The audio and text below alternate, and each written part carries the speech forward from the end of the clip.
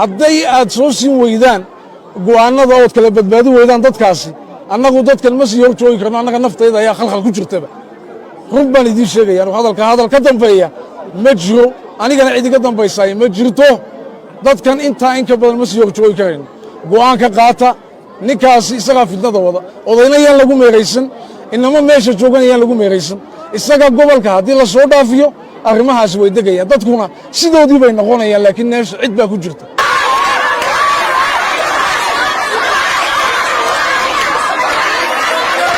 maanta oo ah maalin jimcaha waa 10kii waxa weeye waa 3dii bishii tobnaad 2025 oo 4tii bishii tobnaad 2025 waxa aanu xagga aanu joogno waxa weeye waxaanu dhex taaganahay waa shicibkii weeyaan waa dadkii codka u badan siiyey waxa weeyaan dawladdani hata xilka haysa dawladdani dadkani waxa ay siiyeen waa cod weeyaan kumay wareejin dhul kumay wareejin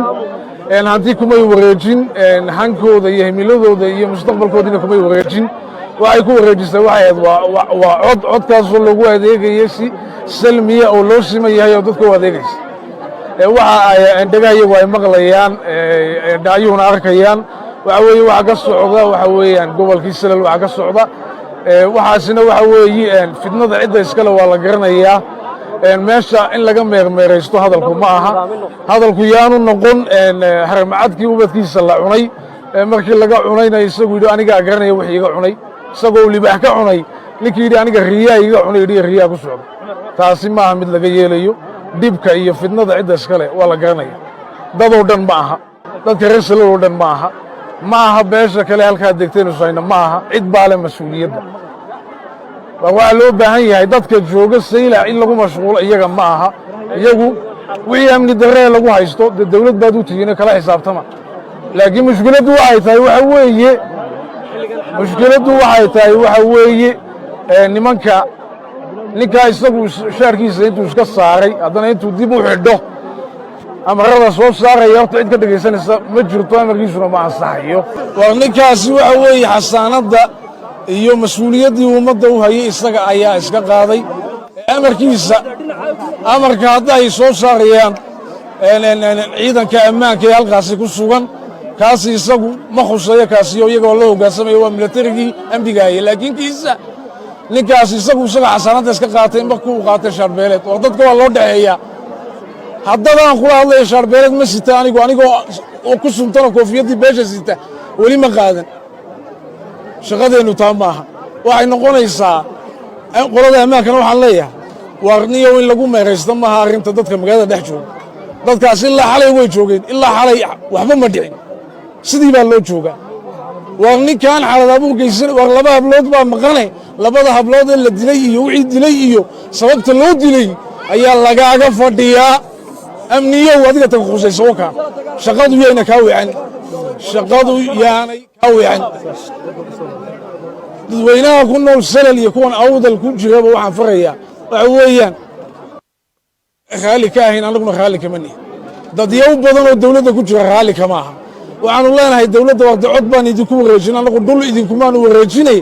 waxa weeyaan xaaladdan si degdega uga dabaasha haddaad ka dabaalan weydaan dadkii codka idin siiyey xisaab bay rabaan xisaabtoodana annagayna soo marinayaan cidda idiin imanaysa eed sarki doontaani waa annaga weeye sidaa loo sheegay 24 saacadood gudahood annaguna dawladda waxaan leenahay haddaad dadka u dhaxaysaan haddaad salmi tihiin dawlad weligeed way shaqaynaysay tanoo kale weli kamay dhicin gobolka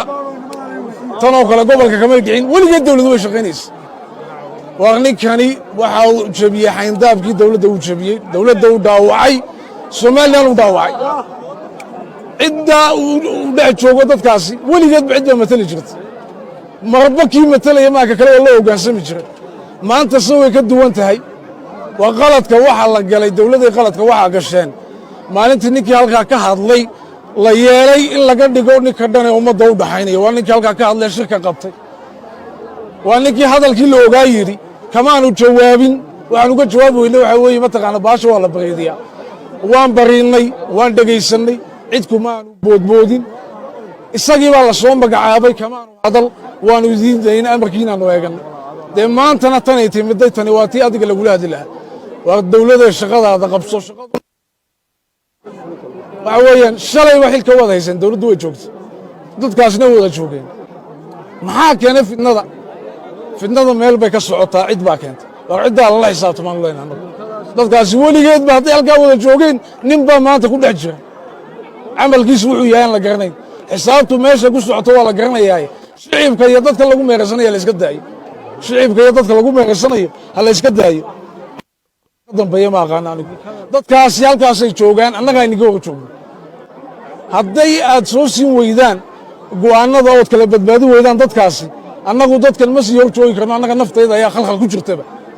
run baan idiin sheegayaan hadal ka dambeeya ma jiro anigana cid iga dambaysaay ma jirto dadkan intaa in ka badan ma sii hor joogi karayno go'aan ka qaata ninkaasi isagaa fitnada wada odayna yaan lagu meeraysan inama meesha joogan yaan lagu meeraysan isaga gobolka haddii la soo dhaafiyo arrimahaasi way degayaan dadkuna sidoodii bay noqonayaan laakiin meesha cid baa ku jirta waa ninkaasi ninka milatariyada halkaa jooga ammaanka khuseeya ammaanka isaga duulaan kuwa ninka ammaanka duulaan kuwa shaqadiisa garan waaye inaad garab fobsoogtaan waa gef bay nagu tahay annagana nagu tahay waxaan idin sheegayaa haddii sidan si loo dhaami waayo dadkaasi annagana dhegaysanaya maanta laga bilaabo amarkayga dhegaysan maayan hadalkayga ugu dambeeye waa ku hadalna idinku si ammaanka u badbaadinaysaan idinka ayay niitaallah sidaa iyo wasalaamu calaykum waraxmatullahi wabarakaatu dadka halkani jooga maaha hayb gooniya maaha cid gooniya maaha waa shicibkii awdaloo isku dhammaystiran oon maanta haybayna kala wadi dadkaasi xisaabtii mas-uuliyaddooda annagayna soo saareen annagayna dul taalla dadyowga waxaan u sheegayaa war xisaabtiinaas annagayna dul taalla annaguna cid bay xisaabta noo taallaa annagayna saarantahay mas-uuliyaddaasi oo nii qaadnay annaguna cid baan u doonaynaa waxa weeye wax intaa ka dambeeyo nin walba gurigaaga tag innagaa soo wada hadli doona mas-uuliyaddaas annagayna saaranta annagaa qaadannay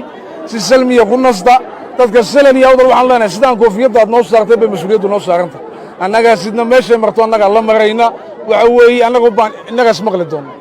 waxa weeyaan innaga laynaguma oga wax qalalaasa iyo isdabamar iyo boodbood iyo buuq looma baahno meel bay maanta yaallaan innagu soo intaa waan joognaa anugu koofiyaddan aan sito tii nin baa ku aasaasay dadyowgii somalilan ku aasaasay waa maxamed jaamac samatar weye maanta hadduu joogo wuxuu yeeli lahaa baan anigu yeelayaa dadyowga waxaan leeyahay mas-uuliyadda annaga aynii qaadnay nin walowba aqalkaaga saliim ku teg annaga naga warsug insha allahu tacala annaga naga warsug ilaahayna sidiisan hayna waafajiyo dadkoo nabada duulkeennan oo nabada oo gacmahays haysta oo horumar iyo meel kasta u jihaysanaya aan rajayna waa taa weeyaan annagu taan qaadanna ean ku soconno taasi weeye annagu cidna duulaan kuma nihin laakiin wuxuu idhi horumarka iyaga iyo meeshaan u soconno halkii shalay aan joogna maa meel ka sarraysa halkii aan shalay joogna maa meel ka sarraysa weeyaan waa wixii aan ku bixinay codka weeyaan waa caddaaladdii aan raadinaynay weeyaan annagu waxaanu leenahay dadyowga waxaan leenahay mas-uuliyaddiisna sidaasaan ku sidanaa nin walowba halkeedii ku noqo shicibkaygii baa tihin annaga mas-uuliyaddeedii